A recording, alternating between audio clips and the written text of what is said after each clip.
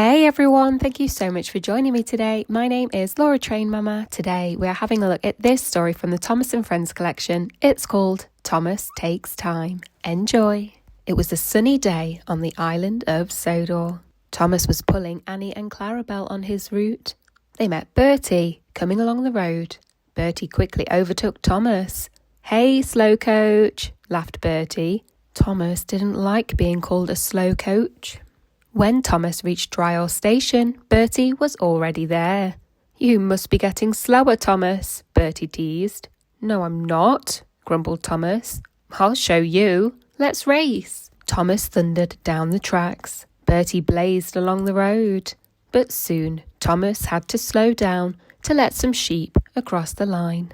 And then he got stuck at the level crossing. Bertie sped ahead and won the race. "You really are very slow these days, Thomas," Bertie teased.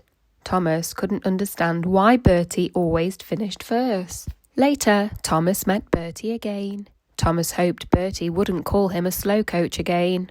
But Bertie didn't call him any names. "I'll tell you my secret," said Bertie. "I take a shortcut so my route is much quicker." Thomas was very surprised. That night, Thomas was cross. "I like racing Bertie," Thomas told his friends, "but it's not fair if Bertie takes a shortcut." An idea flew into Percy's funnel. "Why don't you find a shortcut? Then you'll beat Bertie." Thomas thought that was an excellent idea, but Annie and Clarabelle didn't think it was a good idea. "There's no shortcut on your branch line, Thomas," said Annie, but Thomas didn't want to listen.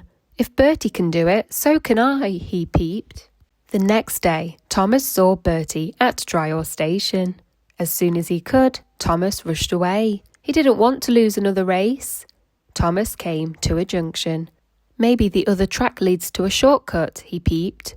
But the track took him into an old goods yard. Thomas's passengers grumbled, but Thomas wouldn't give up. Soon he spotted another track, leading into the woods. "This must be a shortcut," Thomas tooted. But the track was very old and overgrown. Thomas's wheels hit a hidden buffer and came off the track. He was stuck. The passengers were not happy. Luckily, along came Bertie. He had been wondering where Thomas was. Bertie took Thomas's passengers to the next station.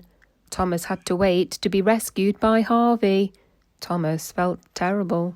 The Fat Controller was very cross with Thomas.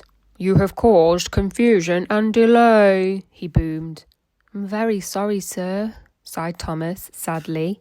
Thomas promised never to take a shortcut again. From now on, he would take his time and be a really useful engine. The end. That brings us to the end of the story, Thomas Takes Time. I really hope that you enjoyed listening along with me today. And if you did, please don't forget to hit the like button. It really helps me out. And have a great day.